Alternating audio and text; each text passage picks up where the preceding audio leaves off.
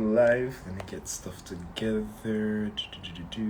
Wait, how do you make the topic? Mental health in the Caribbean diaspora. So I'm just making a topic really quickly so everybody knows what this live is about when I'm coming. If them never see the promo. Alright, so mental health in the Caribbean diaspora. Alright. I'm gonna pin. Alright everybody, yes, so as the comment says, this live we're gonna be talking about mental health in the Caribbean diaspora. Welcome to another episode of Let's Go Live. You know, I always used to do these things but took a little break for a while. But we're back up again with another episode of Let's Go Live. I'm gonna be talking to Dionne West this time again about mental health in the Caribbean diaspora. So if some of y'all didn't know, I've recently moved to the UK, moved to London for a bit, so I just want to kind of like share the experience.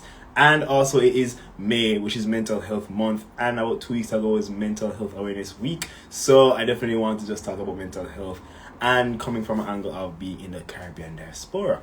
So I think I just want to get into it, and I'm going to invite Miss Dionne West. Let me invite her. There we go. Oop.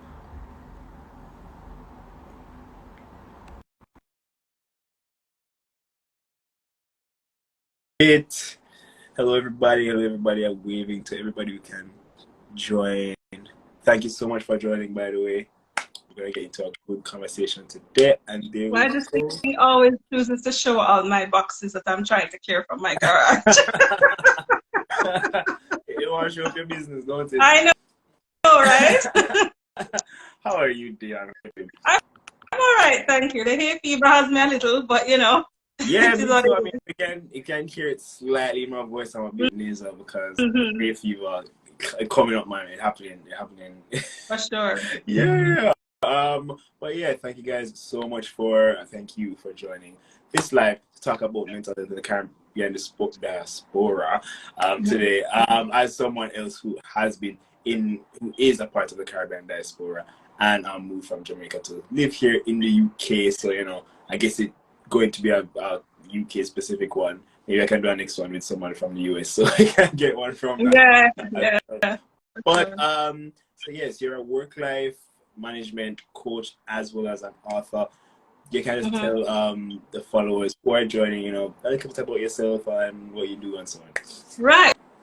So, hi everybody. My name is Dionne West. I am an author. My title is called Trusting the Process: My Detox Journey, and that's about my experience of going through a detox process and changing to a more plant-based lifestyle. I'm also a work-life management coach. I'm on a little hiatus from that at the moment because I'm concentrating on my day job at the minute. I am a senior policy advisor in the civil service here. And so that has kind of ramped up a little in recent months, and there just wasn't enough stretch across everything. I am originally from Jamaica, and I moved here to the UK many years ago. I know you'll come back to that, Mishka, and that is, in a nutshell, me. Yeah. All right. But yeah, we're so glad to have you. And especially with your expertise of your work-life balance and working on lifestyle, and you know, touch a bit on mental health and emotional health from the angle of, you know, work-life balance, but you know, you still have some sort of expertise in just the topic of mental health and Yeah, for sure. Yeah, so I do hear that you mentioned that you have been here for a little while, but how long exactly has it? It's been more than 20 years. I can't believe it. How long has it been since you've been back to Jamaica? I went home last November, so it's not been that long. So that's good. I mean, I came from last May, so it's been a year now, but I haven't been back to Jamaica yet. So for me, it's been a year since I moved from Jamaica. Yeah. So moving into just the experience of being here in the UK, in London, what was the hardest thing for you to get used to when you first moved here back 20 years ago? What was the first thing, the biggest thing that just gave you a little shock as soon as you land? All right, so there are a few things, but when I got off the plane, the first thing I noticed was that it was like, are my eyes working? You know, everything just looked a bit gloomy, and because you know in Jamaica, it's so bright and so crisp, you know, And then when I got here and, just driving around, because I've been here on holiday before, but holiday is a different thing, quite a few times before. Yeah. And I thought, my sister said to me, that's just a bit of smog, nothing's wrong with your eyesight. Right? So there was that. So apart from that and just the general environment, the cold obviously was really one that was hard for me to get used to, and the rain all the time. I know climate change has impacted things so that now it's hotter, etc. But there was just a lot of rain. I wasn't used to just mist, rain all the time like that. And I wasn't used to the very short days in the winter. And apart from those sort of immediate things, then there's also the cultural difference between us as Jamaicans and, British society. That was quite challenging. And one of the primary things that struck out to me was I'd get on a bus and I'd ask, about the fare or how do I get to this place or that place. And people would be looking at me like this, like they're lip reading. And I realized that maybe with my accent and everything, I probably was speaking a little bit quickly for them, and they just couldn't. And, there's a fine line between not wanting to be able to understand somebody and not being able to understand somebody. So that was one of the things I got quite often, that people would stare at me like they're trying to lip read what I'm trying to say. So there were lots of things, but I think definitely the weather was probably the hardest, and the fact that you do quite a bit more walking here. So in Jamaica, you probably would have had, I was driving. I won't swear for everybody, but I was driving before I came here. And so to come now and everything is so much further apart, it takes a little bit more of a toll on you physically in terms of bus, train, and just getting yourself physically from here to there. So I don't know if that resonates with you, but I think those are a couple of the things that I found quite challenging when I came. To be honest, yeah, I agree with a lot of what you said. For me, it was 100% the weather. It was like a filter. You came into the UK, it's like there's a filter that just applied. It's like, where the color gone? It's like, and everybody's muting colors. It was just, I came in May when it was just transitioning from like spring to summer-ish or whatever. So it's like it's still in that gloomy period. So that's I got here, and it was like, but maybe summer is a good time to come though, because you can transition. It was a good time to come. But right when I came, it was still a bit cold. Cause even this May was a bit chilly here and there. So I think I came at a chilly point where it was still overcast, still gloomy. It wasn't as much rain though, to be quite honest. But yeah, I think rain came more in the fall. So like September, October, that's where the rain started to come for me. And honestly, I just couldn't deal with it because it's cold and wet all the time. And I'm just like, so it's muddy. So yeah, I think the biggest thing for me was the weather. To be honest, when it comes down to interacting with people, I just always knew that I was always told that London people are going to be probably a bit rude, either rude or they kind of let's chat.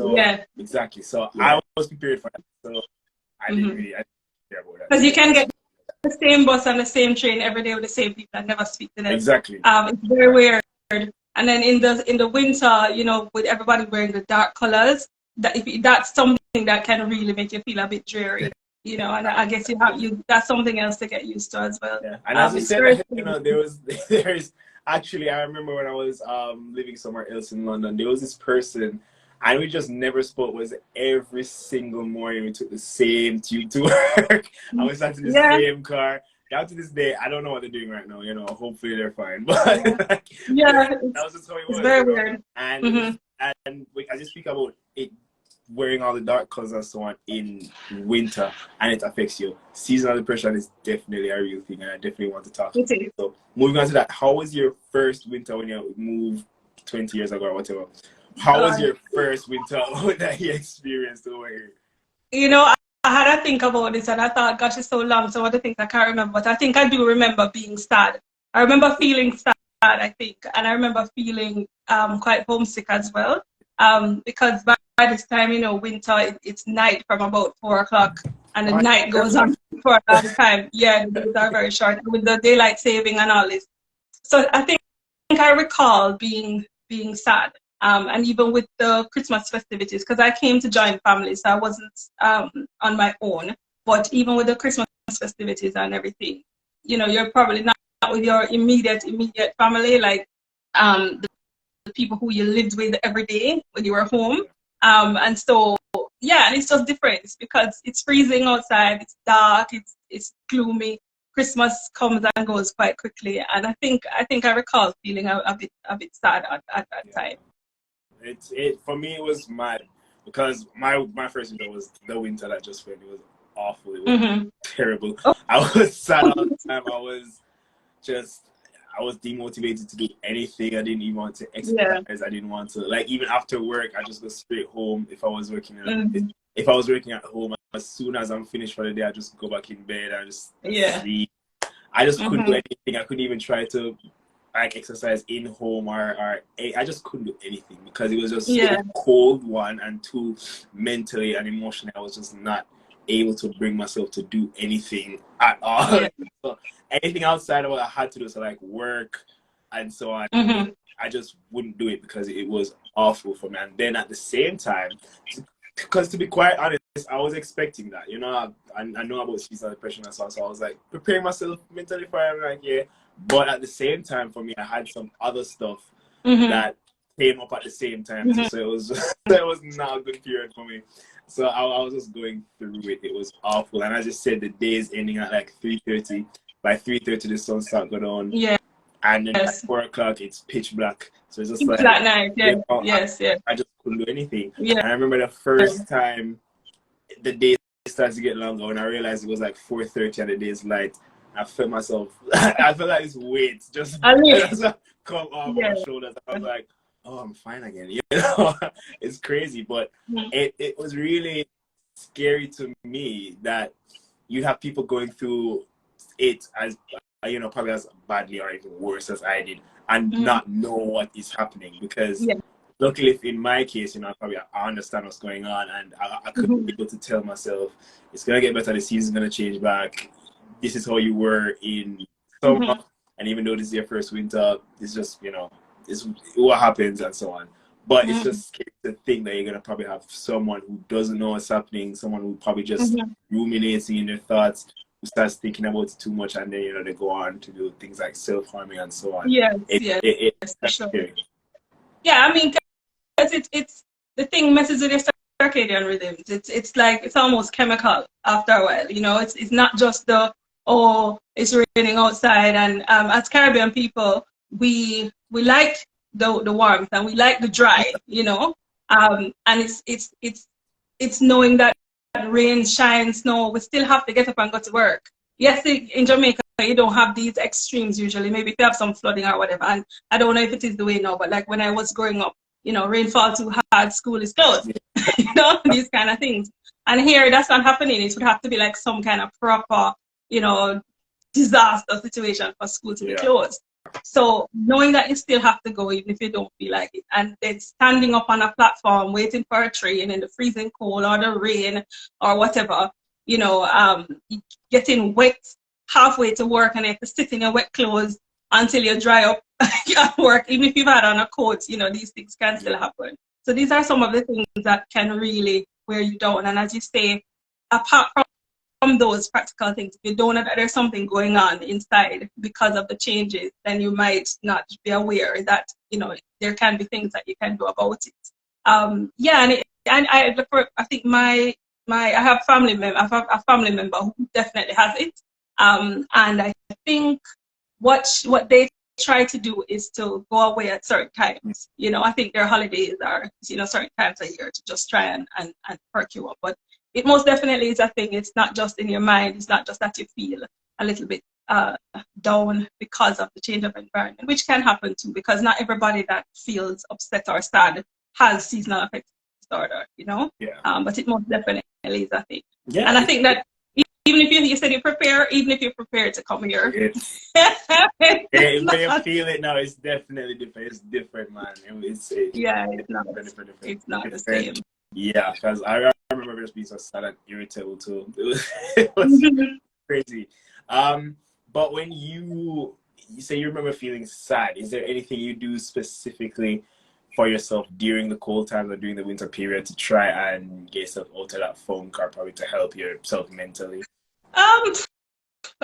Okay. So at the time, I had come to live with family, Okay. and so I guess some of it is just to remain as involved in home life if you're with other people as you can, really. And I don't want to say just write it out. It's like the worst thing to say, right? But there is an element of that, unless you're just trying to keep going and doing things. And nutrition is important. Vitamins are important, especially vitamin D is important in the winter months in particular. And sometimes too, you have to force yourself to go out. I think we spoke about this before. Yeah.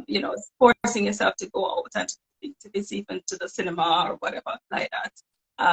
But yeah, but there's, and I think also for people who definitely have problems with the dark, you can get light boxes, I believe, that can imitate the sunlight. A couple hours a day of that. There was a time when I was gonna get one of these lamps that mimics the natural sunrise. Okay. And so it would come up, I think, a little before outside would get light, so that you're not just in the dark for as long. So those are a couple of things I know that you can do to help you to kind of get through it. But there also is an element of getting used to your new environment. Yeah. If it's absolutely making you 100% unwell and you totally can't manage, then there probably will come a point where you may have to change your environment. But those are a couple of things I would say you could do. Yeah, I completely agree with you. And especially with the point of forcing yourself to go, because a lot of the time, it's just, as I said, for me, I never felt like I wanted to do anything. I never felt like I wanted to do a lot. So it's like, a lot of the times, if someone invited me out, so my friends invited me out, I'd have to force myself to go out and be like, you just have to go. You can't just stay here. And the whole heap of clothes you have to put on just to leave the house. I think that was another thing I had to get used to, like putting on so many layers of clothes. I had to wear like pants each time, like 3 layers up top here. I had to have gloves, which made using the foot hard. And then after that, like 3 socks. Trust me, it's a lot. It's a lot to get used to. Yeah. And if you're not driving, especially if you're not driving, and you have to stand up, you have to thing. You have to think about your shoes, and as you said, the layers of socks to keep your feet warm and all that. And I mean, England is not as cold as Canada, but it's just a different kind of cold, and it's a damp cold. Yeah. That's the difference, really, as opposed to like a dry cold. But you're right. It's just, the whole heap of layers and everything, and forcing yourself to go out sometimes it's almost what it comes down to.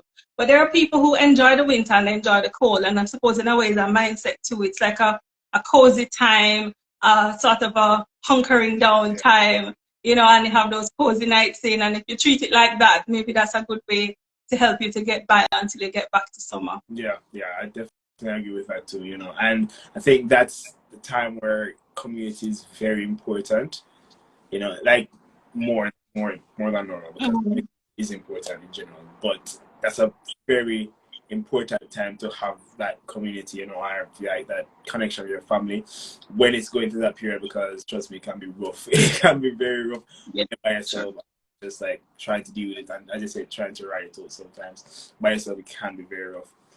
But yeah, I think that cold period is one of the biggest things you have to face when you come here. You have to just be like, it's just gonna be something that's happening. I'm gonna prepare myself, and then when I'm in it, here's some things I can do to probably try and get through it. Something that helped me was journaling as well. So just journaling my experience, how I'm feeling, what I'm feeling, when, what I can probably do to to help me out. Write down some affirmations like, everything's gonna be fine, or I'm grateful for this, I'm grateful for that. I've done this gratitude journal. It definitely helped me a bit. I was surprised how much it helped me, because I always knew about journaling, but I never did it as much. But when I was going through that season of depression, I was like, okay, let me sit and actually do like some proper in-depth journaling. I was like, it helps. I do it intermittently. You do it intermittently? Yeah. As and when I need it, Yeah. It's very important, trust me. So when it comes down to other stuff outside of the cold weather and the cold period, what are some other challenges that you think people in the diaspora might be facing when moving to a new place? Oh gosh, I think at the basis of it, it's just the cultural differences. Just the cultural differences. Let's not get in. I mean, the racial element is definitely something that I think we all know and accept, and the expression of that is in varying degrees. Yeah. But for sure, the cultural differences. I remember, for example, two things. And this might seem a bit rude, I don't know, but in the sort of parlance, I used to say, "Oh, shut up," to your friend or somebody familiar, whatever. And I came here and I said it to somebody, and I'm just like, "Oh, shut up," and they got mad. I was like, "What's going on?" So they're just like some little cultural nuances, and I don't even want to make such a broad statement as if it's a cultural thing to Jamaica, but in my environment, people I was speaking to, and I know it's a lot of people do it, right? Just as in passing, almost like you just say, shut up, or something. Yeah, and they got mad. And someone else I was speaking to as well, a colleague at work, and I was saying, just so and so and so, and all you need to do is just do so and so. And they got so upset because I kept saying just, and it's like, why are you telling me what to do? And I was just, what are you talking about? I said, I don't mean it. I'm just trying to say, this is what you have to do, or all you need to do is this. And he got really mad. And I said, okay, so there's some little idiosyncrasies that I have that they don't understand, and that they have that I don't understand.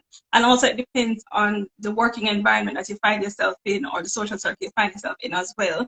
But the cultural differences for sure. Dinner is lunch, supper is dinner, trousers are pants, knickers are panties, all of these things. Trainers, all of these things. Even the food, crisps are chips and fries are crisp, and it's just like, you understand what I mean? I think fries are chips. Yeah. And chips are crisp. People in the diaspora have to get used to it. It's just your culture no longer being the majority. So it's like when for sure. Back in Jamaica, say if you want a box food, you can go in the corner, or if you want a little vibe, you can go to somewhere down the street and can do this. But when you're in somewhere new, it's like your culture is not the majority. You have to be searching down the place to find something familiar, to find something that like remind you of home, Yes. So that's definitely something that you have to get used to. I think that can weigh down on your mental health and can like contribute to the feelings of missing home, homesickness, and so on. So I definitely think another thing that we should look over and just like be aware of the fact that even the food. I mean, now London is a multicultural city, but even I'm not gonna go in the supermarket and buy yam. Exactly. Understand? And so what happens is that because you have to make all these extra efforts to go and source, and you have to do it for yourself, but the extra efforts, you may end up not having what you're used to having as often because it's an extra effort for you to get it, or you get it, it may not be as fresh, or it's been traveling for a long time. Exactly that too. Yellow yam expensive over here, It's ridiculous. I saw that kind of the other day. I was nearly £10. I'm like, No, I know. So it's those things. As you say, and sometimes it's the little things that you take for granted. You might like your little Milo or whatever, and you either can't find it as readily. And there are shops, because the Asian shops all over the place tend to carry a lot of Caribbean stuff. But as you said, again, it's when you come to try and find what you need. And sometimes it's the small things like that, those are the comfort things that you perhaps used to have that now you have to go in search of, or it's so much more expensive that you don't want to have to buy it all the time. Because yes, sometimes you just need a little slice of home to make you feel more comfortable. But for sure, the cultural differences and the fact that we are now in the minority makes a lot of difference when you move to a new place. Definitely, yeah, and it kind of makes you feel away sometimes, where it's like it kind of makes you feel not considered in a lot of senses. It's like you have certain things happening, and it's like you don't see yourself represented then, and then you just feel like kind of make really feelings of, oh, you probably don't belong here or so on. So it's I understand. Yeah. something that you watch out for. So what helps you personally cope with all of those extra barriers when it comes on to being a part of the diaspora? You know, you can't find your food sometimes, you can't you don't see a culture being represented a lot. What do you do personally to cope with those? Oh boy. I think, let me tell you, I think what has helped me is that I took a sabbatical a few years ago, and I went home for a long time, and I came back. And I think when I came back from that sabbatical, I just thought, you know what, I am Jamaican. This is who I am, and that's just it now. You know, it's just how I am or not.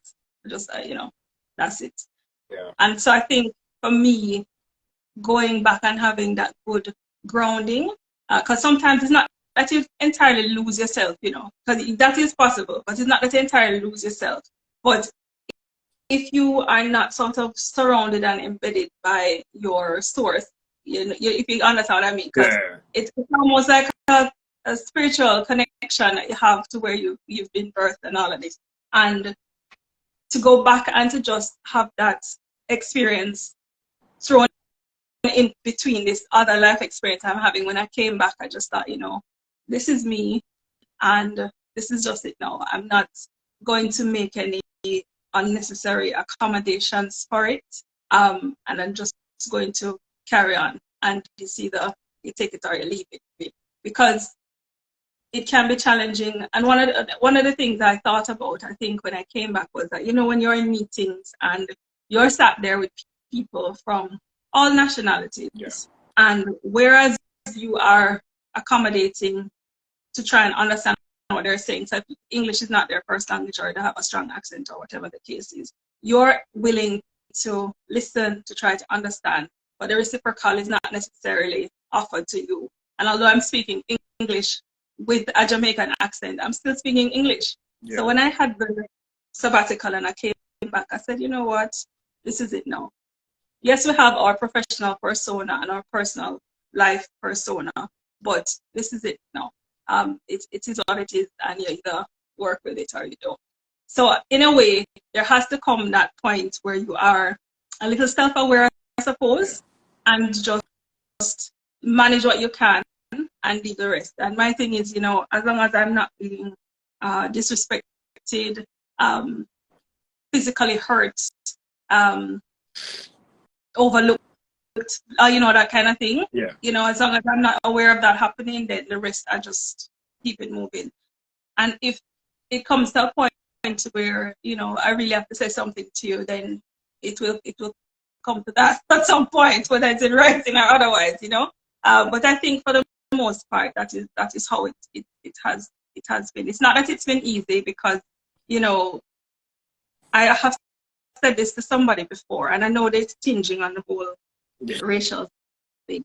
But I said to somebody, I didn't know I was black until I came to live in London. Oh. And they're like, what do you mean? I said, no, because, you know, I was in a population of mostly black people, although our mother is also many white people. And it's only when I come here, I realized that, you know, I'm made to know that I'm not in the majority of the population, which was kind of shocking, you know. And it's a subtle thing. It's not that it's like, you know, necessarily overt or anything like that. But I didn't know I was black until I came to London. And what I mean is, obviously I know I'm black, but, you know, I didn't know I was black until I came here. So these are just some of the things that I use to manage. And it's just a day by day, environment by environment things. Some of the little microaggressions, you have to let them slip, you know, and just keep it moving. Because and I will say here as well that, you know, I am very glad that I was born and raised in Jamaica, because I think my outlook is different. Yes. I don't feel that as a Jamaican person living outside of the diaspora in a minority population at the moment, that I carry the weight and baggage of the knowledge of that ancestors from elsewhere as some people who were born and raised here who are of Caribbean descent. I think it's a very different experience. And so, you know, I always say I'm so glad that I've had that upbringing. Yeah. Yeah. I mean, Yeah. definitely does. I definitely does make sense because I see a lot of people that were born here. I never even actually been to the Caribbean, even, but they were born. They really cling to that ancestry, and you can see that there's like some regret for not being able to be there or not being able to go there or like live there, so on, because they really want to identify as being from there, but it's kind of different for them because they're born here, you know. So it's they kind of have, and they carry, as you were saying, that's they carry it as a negative perception. It's great for holiday, but a lot of people still think, you know, we're all some, I don't know, like we live in some bush or something. I don't know, you know. And when you say to them, look, you know, I can only speak as a Jamaican, but I say, yes, we have challenges in our country, but as a small island, the global impact we have had far exceeds, you know, many larger countries. And if you as somebody that's, you know, born here of Jamaican descent, if you're not aware of that, then something is a little off, you know. And they would have had a different experience growing up, you know, in the school system and everything, as compared to us. And I think for me personally, that allows me to not have a certain, as I said, weight on my shoulders. I'm not on the defense, on the ready all the time, as I know that some people here are. And I think that's because I wasn't brought up here, and I'm really grateful for that. Yeah, definitely. But I really do agree with your point of just being self-aware and just knowing yourself and knowing who you are. I think it definitely comes with a level of acceptance. You have to accept where you're coming from and accept who you are. Because then, as you said even earlier, you might start to lose yourself because you want to be accommodating to people. You want to make sure that everybody's comfortable. But at the same time, doing that, after a while, there's none of you left, basically. They're just trying to make it's not easy. I'm not saying it's easy by any means, and I'm not saying that I don't get offended by people. And I'm not saying that sometimes I don't have to wonder, did they say that? Did they mean, do I think they meant what I think they meant? Sort of thing. I'm not saying that that's not the case. But at the end of the day, you know, I just got to a place where that's it now. You know, this is me, and you work with it. Sorry, No, I was saying, you have to take it or leave it after a while. You do. But yeah, thanks for sharing what you personally do to cope with being a part of the diaspora. For me personally, it's, as I was saying earlier, the community. I definitely try to like find a community.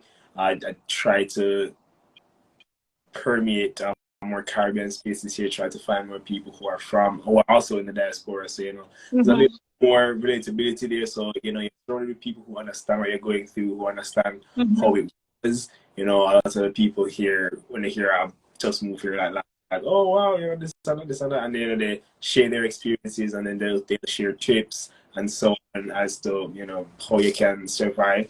Because another thing too is, even if you're making friends with people who are like from here, as you said, their outlook is different. So, but they'll probably offer to you as tips might not be exactly what you need fully. So have someone else know who's from the Caribbean, or someone else who's from the Caribbean, who's in this diaspora, they know, or they're basically been, you know, everyone's experience is different. They've kind of basically been there where they were at a stage where them just move, them were in a new place as well. They experience all these new things. So they can pass that to you and give you more of what you need than say someone who is fully born here.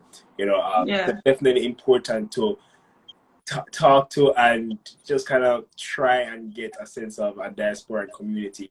Try to have one or two friends. At least one or two friends that are from the Caribbean, where you get certain experiences or something have not working, and you can be like, these people, you know, like, oh, they can relate to your experices, you know. That, I mean, the community thing is something I have to do a little better at. I will say that, because I think since the pandemic, I have personally sort of got into a space of not, you know, expanding my horizons too much.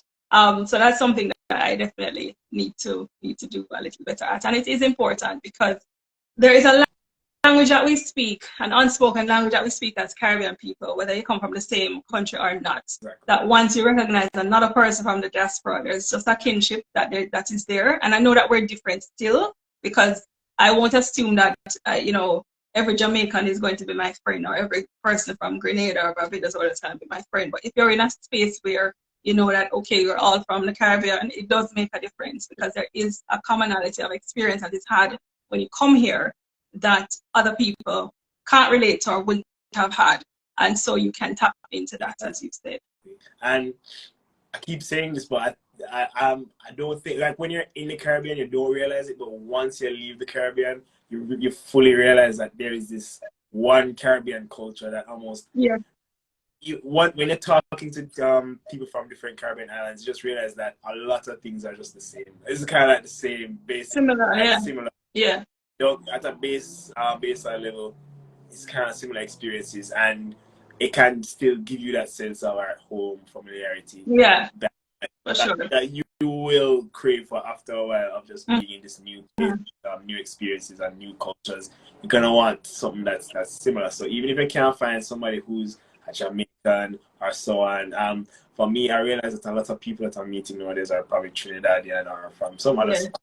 And not a which is weird, because I think there are lots more Jamaicans, probably, I think, statistically. But I'm just kind of meeting like Trinidadians or like, but you still mesh with them, and you still get what you need to get from them. You still get like, you still get the when I moved here at first, it was the weather, this and that type of thing. You know, you still get the nuances, even communicating. You know, because I find that for me, I'm not sure if other people work like this, but I know some people who are like this. You know, when I'm around people who aren't Caribbean, like, I find it hard to speak patois. I find it hard to really speak in my full native accent. So yes, I understand. Because, as you said, you do have that professional persona. So, like, once I'm around someone who's not in the Caribbean, my brain just knows you're not gonna understand when I talk. So, you know, I'm just going to talk in a different way. So that, after a while, can get a bit fatiguing. Yeah. So when you find that person, even if they're from some completely other Caribbean island, and you find that you can just be yourself fully 100%, and that can give you some sort of as well. Yeah. And it's funny too, because there's a fine line there too, and I think again the environment matters, because there's a lady that I work with that obviously from, you know, the accent, I think I realized she was Jamaican or whatever. Yeah. And I think slowly sometimes, obviously we're in this professional environment, but you can just drip a little and you know that she'll understand. So if I'm having a meeting directly with her, I'll just drip a little of the Jamaican and, you know, she'll understand. And then one day, I think I came off a call and then jumped onto another call with her. And I said, so what did I say? I don't think I said, remember me telling you. I don't think that's what I said to her, but I said something, and she had her headphones on and she was just dying. I said, I don't need to say anymore, do I? She said, say no more. I was like, you know, it's like, I get it. So there's as you said, there's this connection that we have, that you know they'll understand what you mean, and you can be more of yourself. And as you said, even with the patois, you can go there, and you know that even if they're not from Jamaica, they will get it. They will get it. For the most part. Yeah. Because, sure, again, there's just different nuances that once you're from the Caribbean, you'll understand them and you'll pick up. So, you know, it makes communication a bit easier, you know, because you don't have to be thinking as much. You don't have to think about what's that. Maybe I shouldn't be saying just this, just that. I have to say this instead. You know, so it takes a little brain work, you know, after a while, just talking. You know, you're meeting all day, but you still have to be thinking about what to say. It does get tiring. It does. But I suppose that's just how it goes, you know, when you move to a new place. That being said, though, you know, some of the Trinity parlance, I don't get all my friend from Grenada. I was like, what are you talking about? Sometimes my friend have to just be like, what? What? Yeah. What's it's true. I know what you mean. It's funny. It's very interesting, and it's like we just, you know, we gravitate. It's like when you get on the plane or you go to the airport and you can just see what other people are going to Jamaica, and it's like suddenly as you've seen them and you just change back into this other person. It's very funny. It's very funny. It's very funny. Yeah, seeing them and so on, you know, yeah, definitely change it. Definitely change it. I mean, luckily for me at my work, I have someone who is of Jamaican descent, but I mean, it's direct descent because their mother is from Jamaica. Yeah. And it was, when he found me at first, he was saying it was like a unicorn because he never would have expected just like a Jamaican from Jamaica to be there. So whenever I'm talking with him, you know, it's fine for me to talk patois and so on because he understands. So nice. So even at work sometimes, you know, it's like have a little reason with him, you know, talk with him, hang out with him. Probably when we're doing lunch, just the lunch together. You know, it's just nice to just kind of have that load and just talk and just, you don't have to be thinking as much as I say and so on. And yeah, just do what you're doing, yeah. I met a lady that it turned out she lived up the road from me in Jamaica, and I'd never met her before in my life. Yes. and she was working in the same office as me. And I think as well, when she and I started to communicate a lot, I think that's when the fullness of the accent just came back and it never left. So because I know that sometimes when you come to a different place, you will pick up little tonalities in your voice, not always intentional. And I know that I had a little bit of that, and I think that was in an effort to be understood. As I said to you when I came first, I used to get a lot of these looks, you know, what is she kind of thing. And after I started communicating with her a lot, it just went. And now when I go home, they're like, how long have you been over there? It's like, well, it still sounds like this. And then when I come back here, I have some people here who don't believe that I live here. Really? Because every time, like, they don't see me often. And every time they see me, they figure I'm on holiday. I said, no, I live here, you know. So, I mean, you're lucky. At least you live here 20 plus years. I've been here for 1 year.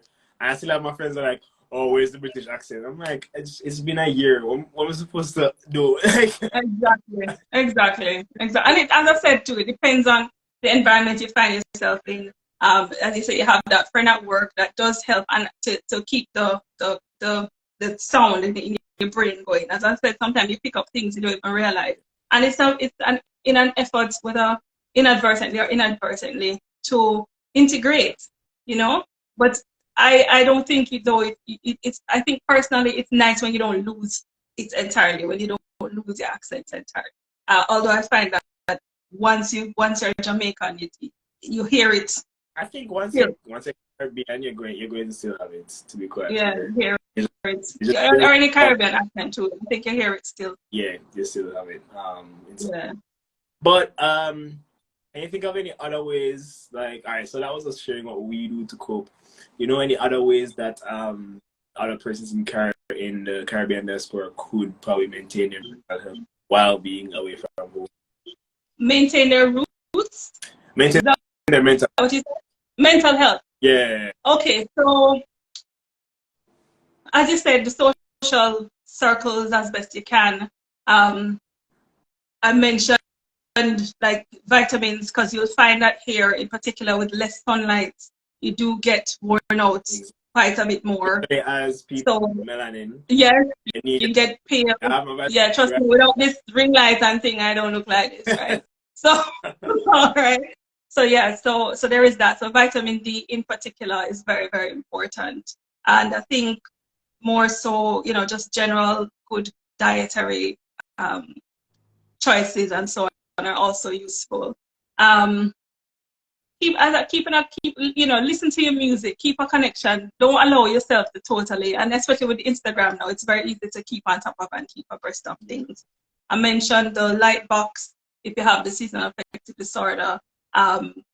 And, you know, if you are a person of faith, church, my mom always tells me about that. You need to go back to church more, you know. So that's, you know, so that you can get that community. Yeah, and just keep in touch. If you can go home once a year, and I know cost of living and fares and whatever it is, but if you can plan to go home like once a year or once every 2 years, plan for it and try to go, because you'll find, and most people I know from the Caribbean I've heard say this, that you find that there's something within you that needs to go back to have a little bit of thing, whatever that thing is. I smell Jamaica on the breeze sometimes. Yeah. And I don't think it's just in my head. And when I get the Jamaica breeze or the Jamaica smell, I know it's time for me to go home for a little while. Yeah. So there is that. And on a sort of a practical note, in terms of when you travel, I think it's really good to not go away and come back in the dead of winter, because I find that that's terrible. I've done it, but I think it's just horrible. If you can come back when you have some days that are slightly warmish, that are cooling off, and you gradually go into winter, I think it works better than if you go in the winter and you come back like smack in February or something. When I came back last November, I came smack in that cold snap. And when I tell you... What I didn't know, sorry. Listen, I came back, and even, you know, as you get older, the traveling gets a little harder, and you don't snap back from the jet lag as fast. But not only that, I had a few appointments that I had to go for, and I thought, no man, I have to Uber. I had to Uber everything because I just couldn't. I can't stand up outside because I'm just like, and the cold was just, and it's a cold snap, so it's colder than usual. But when I say it was penetrating me, I said no, into my bones. I said I can't do it. I went outside and I walked like 2 minutes almost at the bus stop when I finished one of my appointments. I said, all right, I'll Uber it there and I'll get a bus back. Mishka, I walked 5 minutes. I said, no way. I turned back, go right back inside. I call another Uber. I said, I cannot do it. So if you can afford to manage your time so that you can come back when it's, you know, warming up or gradually going to get cold, do that. That's like a practical thing to do. And obviously too, you know, if you're struggling really badly, I would seek some professional help, whether it's your GP, you know, some kind of counseling service at work or whatever, because it's not just, you know, an emotional longing thing. It can be your chemicals are off, because of the changing seasons. Because I was going to catch that one in. Definitely. Any mental health issue too, not even just being a part of diaspora. If you're back in Jamaica, still, if anywhere, anytime, for sure. Go to a mental therapist. Is not just an emotional thing. Like, oh, I'm sad. Sometimes you definitely need a little professional help with it as well. And I mean, as I said, for myself, when I was in the seasonal affective disorder phase, I was journaling as well. So you can try journaling. You can try exercising as well. For me, I really try exercising. But as Kennedy, just cool, but like I feel like and help. And it does help your mind to come off of what you're thinking. Mindful meditation, will definitely helps you to stop thinking as much on the fact that it's cold winter. I miss home. So definitely can try. As and well. I think if you're able to, like how you've been through one season of it now, if you're able to identify when you're starting to feel the effects, then you can kind of start to put things into place. I'm not sure that I would say that I have seasonal affective disorder per se, but I definitely know I feel the low feelings when the days get long and the rain starts and you're like, oh my God, you know, kind of thing, and the cold and the whole heap of clothes and etc. etc. But yeah, so if you're able to notice the feelings. I took up some running in the like coming onto the end part of the winter, and unfortunately because of my asthma, I parked it for a bit. Yeah. I got quite far along. I was doing the countryside thing, and I was out there, rain or I was a rain. I'd say if it's spitting, just spitting with rain, or if it's 4 degrees, 5 degrees, I was out there. And then the asthma said, no, you're not doing it. So that has kind of stopped. And now that the hay fever is a thing, you know, if you're an asthmatic, hay fever can be quite challenging. So that has been parked. And I'm telling you, the body is one of my former dance teachers said the body is one of the most ungrateful instruments, because as you stop, it's just like you never ever did anything ever in your life. So here we are. But yeah, for sure, exercise definitely is one. And I guess to try and keep an eye on yourself and seek some help. And I think also a big thing that helped me too was just reaching out. So still call your mother back home, call your father, call your family back home, video chat them, see how they're doing. And just keep up. That's definitely something that Yeah. mental health, being in diaspora and being away from. Yeah, keep in touch for sure. I do the WhatsApp video Christmas, you know, if I'm not there and all that kind of stuff. Yeah, keep in touch as best you can. And just don't try, you know, don't lose a connection, because this place can be a very lonely place. If you're not accustomed to living on your own and you've come to live on your own, it can be absolutely isolating. The neighbor situation can be a lot different to what you're used to. You know, you can live in a building and never speak to them. Besides, maybe if they pass you, they'll say hi. But they're not knocking, they're not coming to bring any sugar, any milk, nothing. They're not giving you no mango from over the fence, nothing, right? Yeah. So that is also something that it took a little getting used to. It can be quite an isolating experience. So definitely keeping it is an important. Yeah. Yes, that's a quite a conversation. But if there's anything you want to drop a question and answer, the question and answer box, you can go ahead. We're going to if there's any questions, if there's any comments that you guys have. I think there's one from Gio, right? It's hey female. I think there's one question from Gio already. And the question is, do you think people in the diaspora have the same traditional approach to mental health? Traditional as in what do you mean? I don't think I can only speak from my personal Jamaican experience and, you know, that environment, but it's not a thing over there. It's not as there's not as much empathy for it. I don't think it's almost as though, you know, you must just get on with it. Yeah. You just, you know, you need to just buck up, be strong, get on with it. Whereas here, I find that there's a lot more empathy and consideration for it in terms of the general environment. And the funny thing is that, and my mom and I were talking about this today, that outside of mental wellness, things like intellectual disabilities and so on, there are many people who are high functioning, you know, and you probably wouldn't immediately recognize that they have a challenge. But because the environment is so much more accommodating of it here, I find that people are very much able to get on with things much more readily. Whereas home, you know, it's what do you? Yeah, kind of depressed about. Yeah, what you have to worry about, you know? Yeah. Especially when you're young, what you have to worry about as a young person, you know? Yep. Oh, you have food, you have clothes, what you worry about. Exactly. So I think that it's an issue, it's an illness. It's like saying why you have diabetes type of thing, you know, like that, because people can't really control it in some cases. You can't control your mental health. You have to get it looked at, you have to get it checked at, and you're going to have symptoms. The symptoms are going to be but you have underlying issues that need to be looked at. Yeah. So I think for sure. Oh gosh. Hay fever has your mind. Kill me, like, really. I know, it's terrible. I think hay fever was just like a dust thing when I was home. I used to hear people sneeze and say, oh, hay fever. I'm like, you don't have hay fever, you're allergic to dust. You don't have hay fever. Over here, and it's not trying to kill you. So it's just, all day today I've been fine. I have been fine. Yeah, it's sometimes it's just the wind maybe has picked up a little or whatever. You know, it's very strange. But you know, as you were saying, you know, for sure, it's not. I think things are improving, but it's not.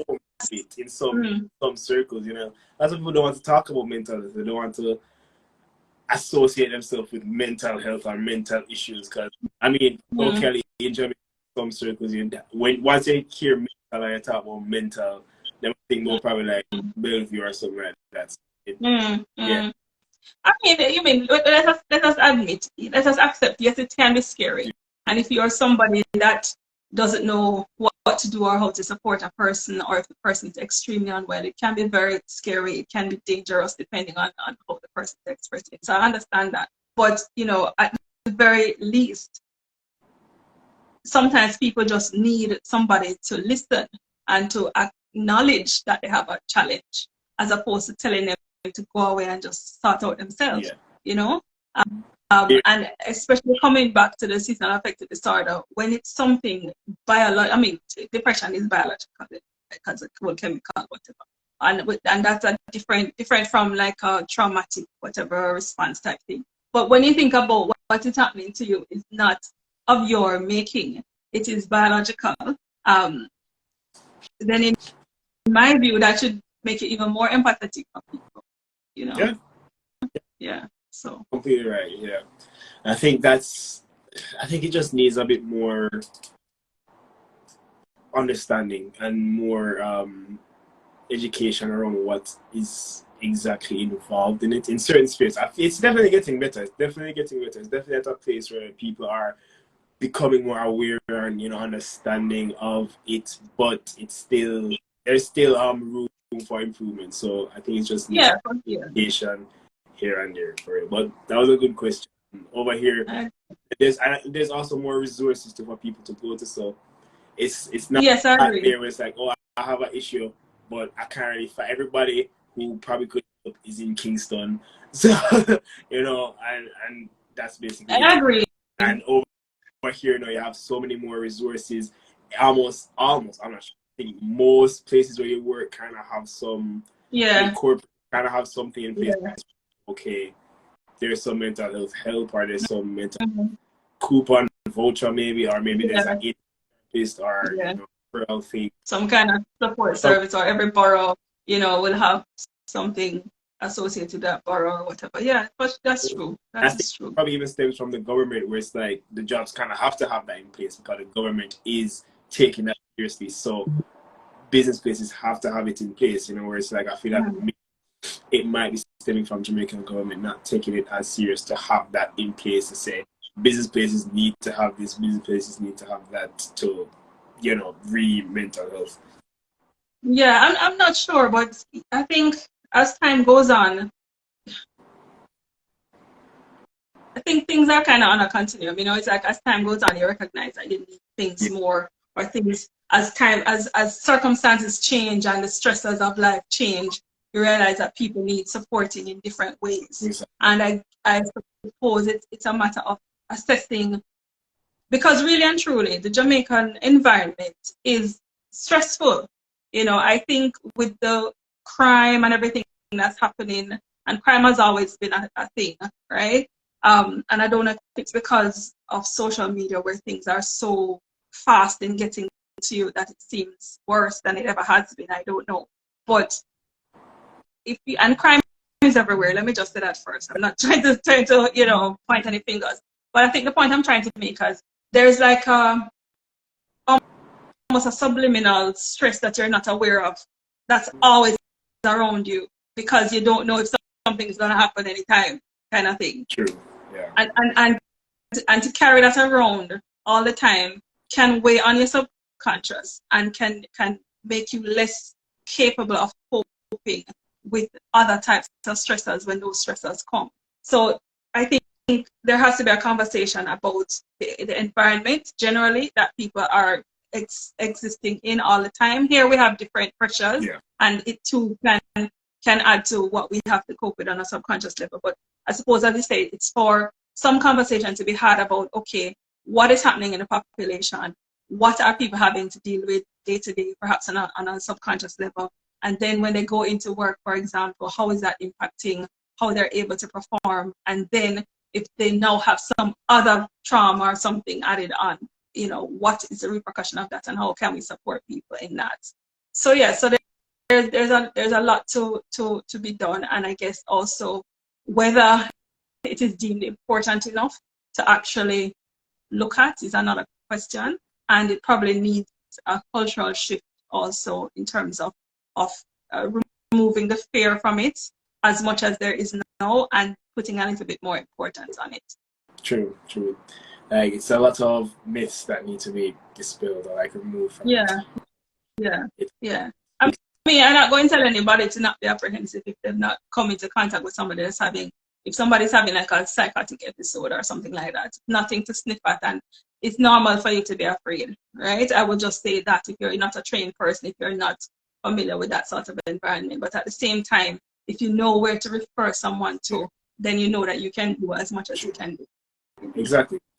And again, that's where it comes in, resources and places where you can go, places where you can send people, and just making people aware of those things, so they can, anyone that needs help, if you know, you're like someone that probably going through something, can tell them about this place, or if someone is asking you about a place, you have the knowledge to send them to somewhere. So it's all about, you know, having the resources and making people be aware of those resources and where people can go.